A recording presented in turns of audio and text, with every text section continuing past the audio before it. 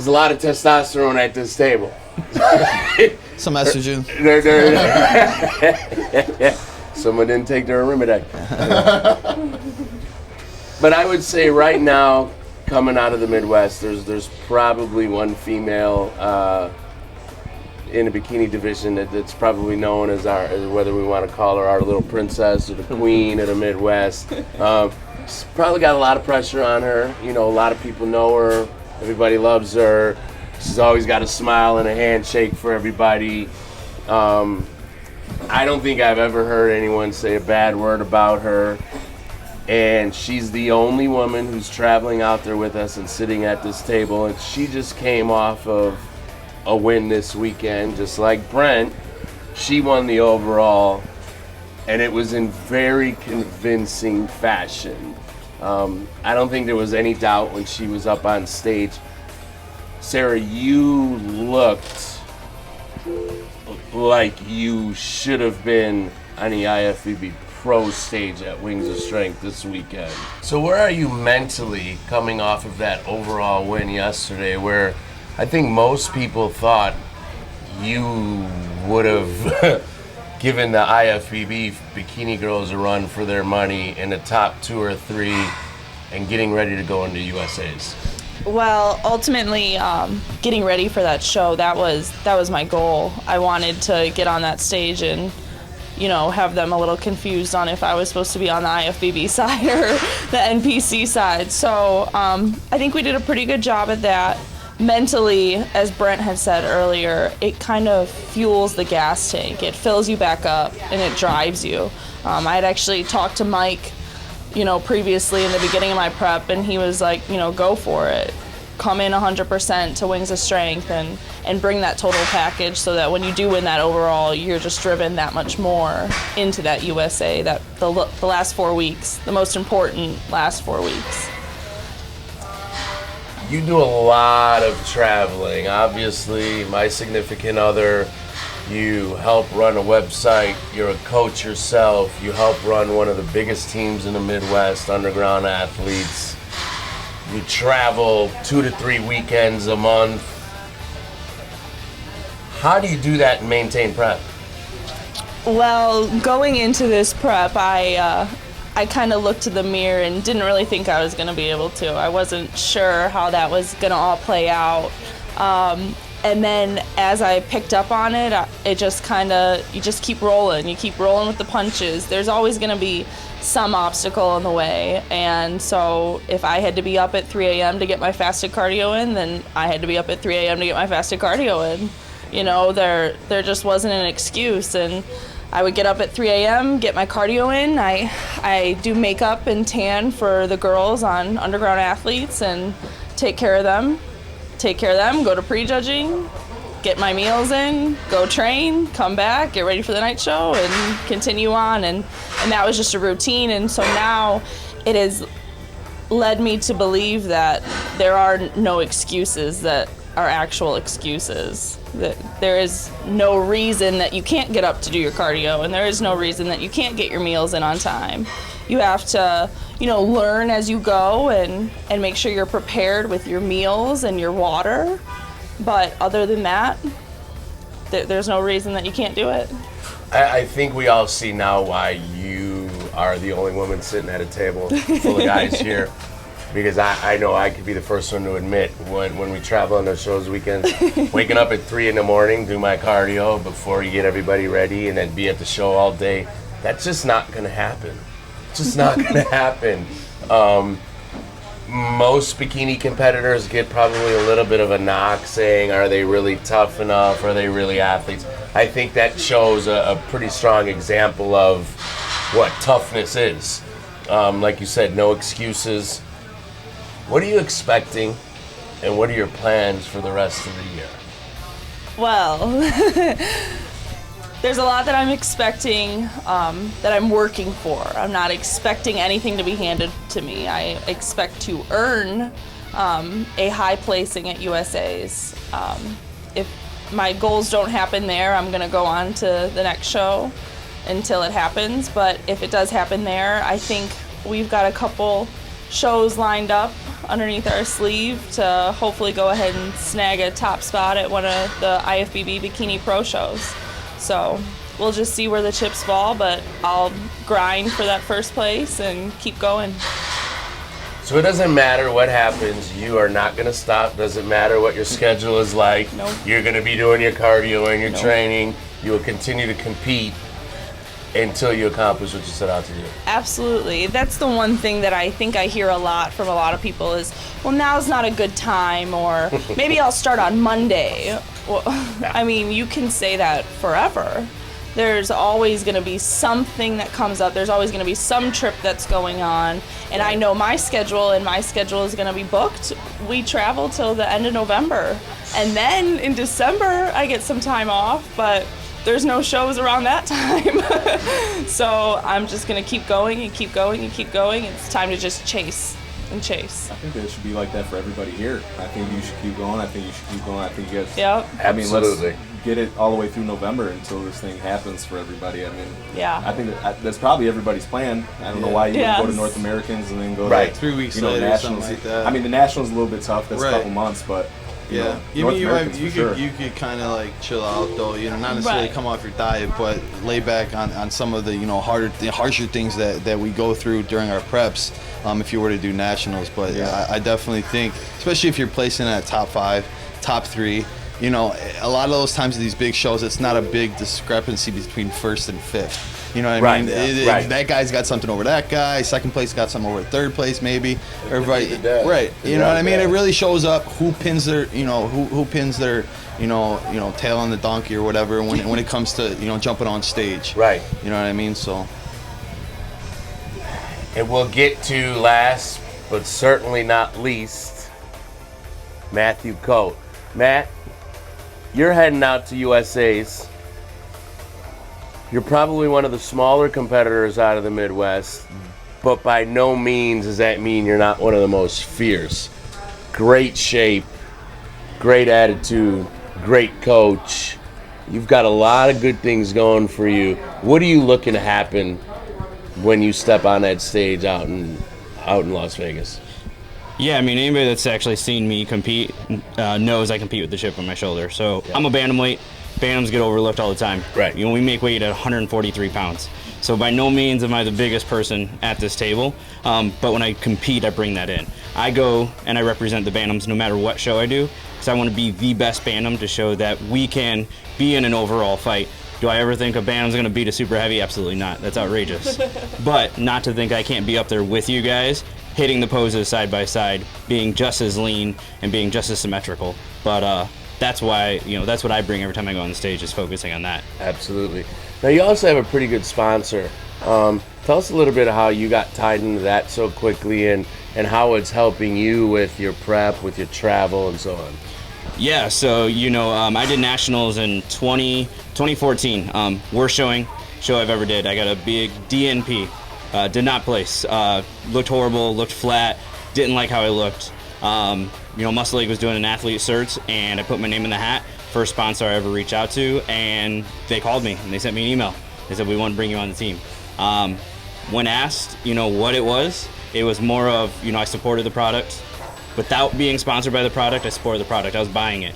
I spoke about it on social media. I didn't have but 300 followers at the time, but I spoke about a product that I actually liked. When they saw me at nationals, I didn't get off stage and want to blame the judges or blame anybody that was there, or say my mom says I look good, why didn't I turn pro? It was I didn't do what was needed to do it, and that was what they were looking for. It was the attitude. It's the fact that anytime I'm working a booth or walking around, I can speak to anybody. The gift of gab is a good gift to have, and that's what they were looking for, someone that could speak to their product, that believed in their product, and that I'm assuming they saw something coming in the future for that person. It just wasn't their time in 2014. I mean, you talk about the attitude.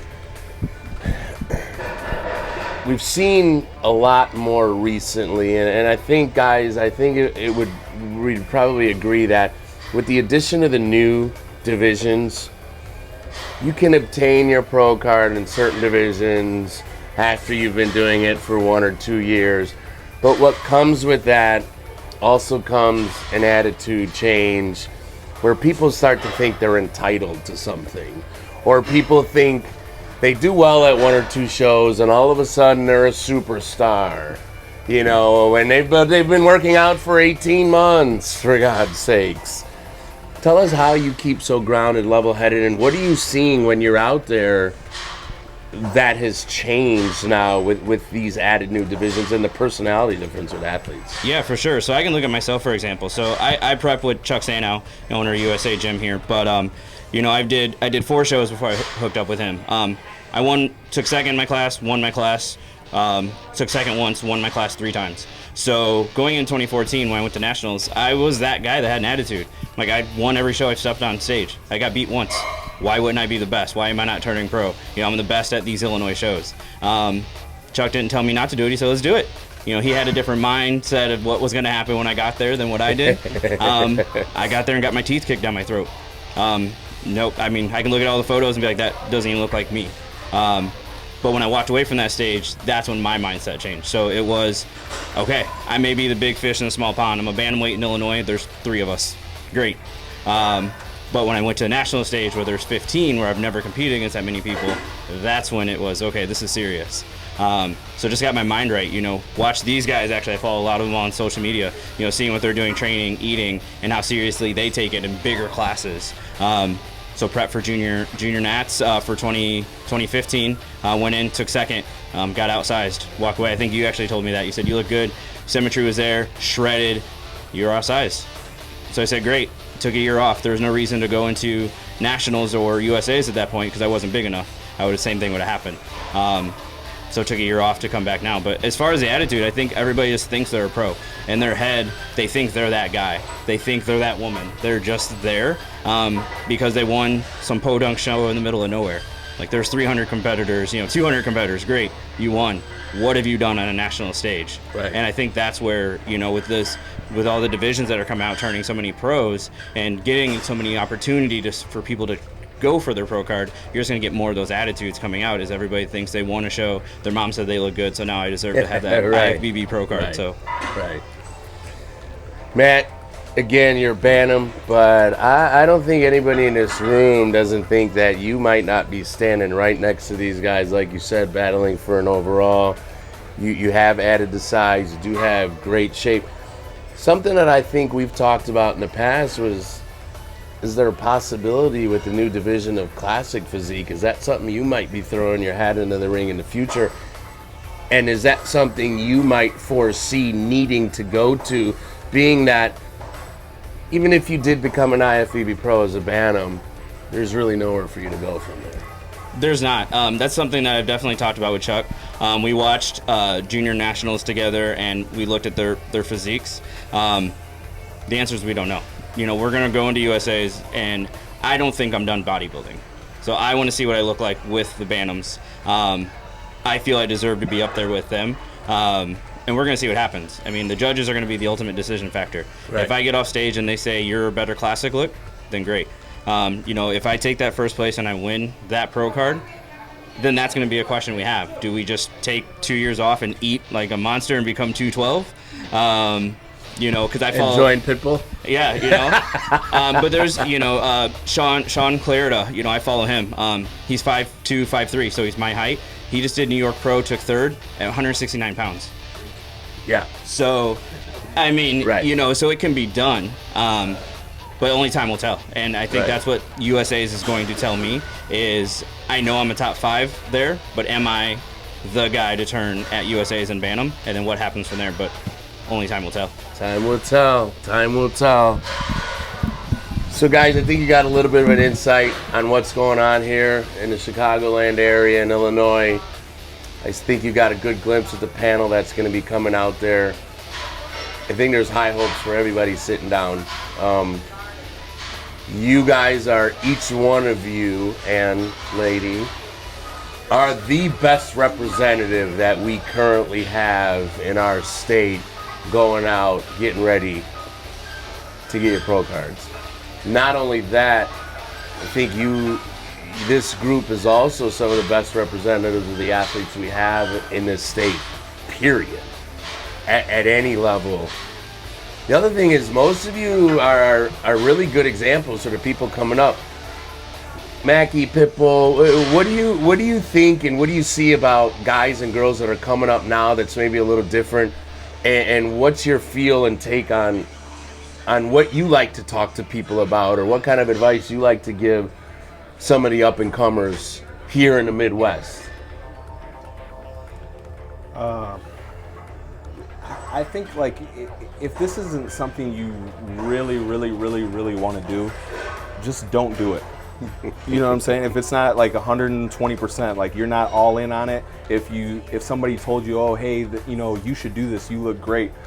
If it's not something that's your idea, and you don't wake up every morning with it, I just don't think that you should do it. I've been wanting to do this since I was a little kid.